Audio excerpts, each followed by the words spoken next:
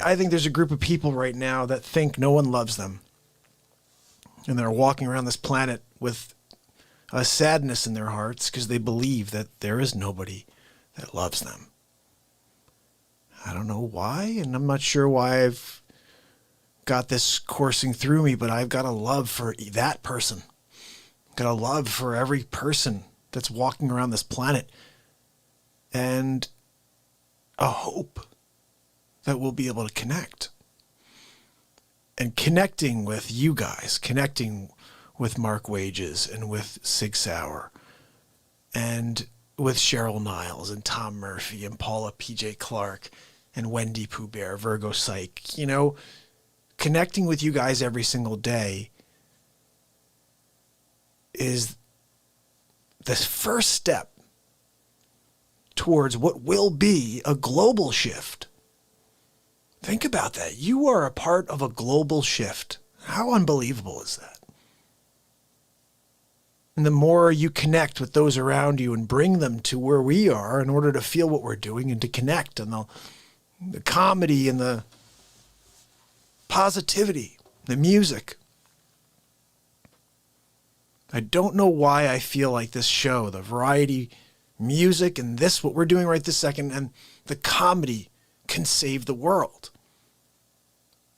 But I think a healthy dose of laughter would do that.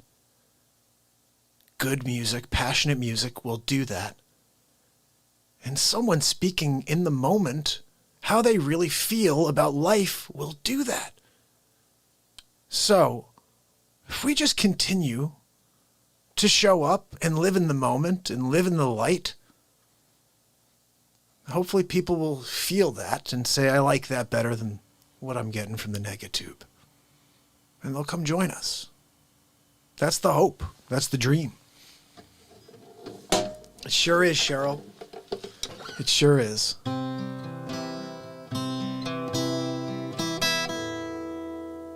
Thank you, Hummingbird. A unified consciousness, that's where we're going here on this program. You know, I dropped a piece of content yesterday that I think maybe 100 people on the planet have seen. The whole planet should see. And just a brief overview, because I said it earlier too in the show. If you guys happen to rewatch this show, this is a very good show. Every show we get into some really strong moments, but this one was pretty solid. Right in between the first bit you saw of How Dare You Guy and the Sig bit of How Dare You Guy, there was another 20-minute or so bit where just this type of thing. Bottom line is this. It's very easy to get caught up in one specific interest. It's very easy to talk about one religion. The thing is, 2,000 years have gone by since the religion that I was brought up on was really formed, okay? And 2,000 years ago, when they formed this religion, everybody thought the world was going to end tomorrow. We, today, in 2020, we have scary information coming at us at all times that lead us to the original belief that the world can end tomorrow. Will it? It might. It could be another 1,000 years before something happens. 10,000. Who knows? The point is, the people that created this book to keep us all in control and focused on what they needed us to focus on, because again, we have to be controlled. You know that. You can't just be running around. You can't do that. You have to be in fear of something. Now, the fear is the only control. The part that was right is what we're doing here. The positivity, the light, the connecting, the love. Smite, hatred, revenge. Those are not the things of the Lord or of the spirit of this universe. Those are man-made revenge and jealousy. These things are all man. Where we went wrong as a society is when we started to divide ourselves into different religions. Start to say, well, you're different than me and yours is wrong. That's where we all went wrong. If you strip down the words of this existence of ours. We have all these different languages, all these different religions, all these different beliefs. But if you strip it down to an emotion, and you went back to the beginning where all you had was an emotion, and people were connecting on their emotions, positivity and happiness and anger and frustration, they would connect. Their faith would reach the same exact emotion. Your faith, for whatever it is, would touch the same emotion as mine. But the problem is we started attaching those emotions to words. And yours happens to be, let's call it Buddha. And mine happens to be Jesus or something. You know what I'm saying? But the emotion that we tie that word to is exactly the same. And we've killed each other for thousands of years over the same emotion. Oh, well, the love that I feel for my God is stronger than the love that you feel for your God. And your God is not the right God. My God's the right God. No, it's the same freaking God. You just call it something different. You believe a couple different things about how that God came to existence and how they rule. That's because man got involved and wrote some rules along with the religion, the original idea. So my point is very simple. Life could be simple if we decided to get back to what really matters. So here on this program, we will only do what matters, which is love each other, bring each other into the light, and level up. You show up, no matter how you're feeling, you're going to feel better afterwards. That's the goal of the show, to affect a positive change one person at a time. I'm praying you're on the other side of the screen saying, geez, I'm the one person today. I'm the one person that is affected and wants to go really make change. The problem is when everybody's negative, it makes you want to be negative. It's just as infectious as positivity. But positivity can make you feel great. Negativity only brings you into a hole that you can't get out of on your own. And then you need to try to find something. I say, just stay here. Show up. I said this yesterday just in case you weren't here. Just keep something tucked in the back of your mind that every single day there's a live real talk show.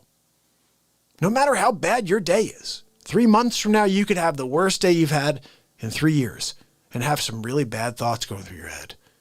I want one of those thoughts within all the bad thoughts to be, you know what? I know Mark Pyers is live today. I'm going to go over there and I'm going to tell him I need some help. I am here. Don't forget that. I will not leave you. As long as I'm here, as long as I'm given time, I'm here to serve. I'm here to help. And this is why my message was to Hilly Billy, the one I dropped yesterday, because he's doing what I very easily could do. I could very easily speak the words I'm speaking because they are the same words. I know it. I haven't read the Bible since I was a kid, but I know they're the same words because I'm attaching to the same exact spirit and light that every prophet that's ever existed has connected to. It's there for us all. Just some people are open to it and connect very easily to it, and others have a hard time finding it. They need to go to a building. They need to open up a book. We are writing the book. This is the 2020. This is the 2020 New Age non-denominational congregation.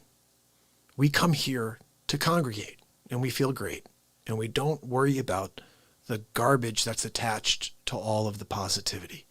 We just live for the positivity. And I'm certain that when we do that, things are much better because I feel amazing when I'm with you guys.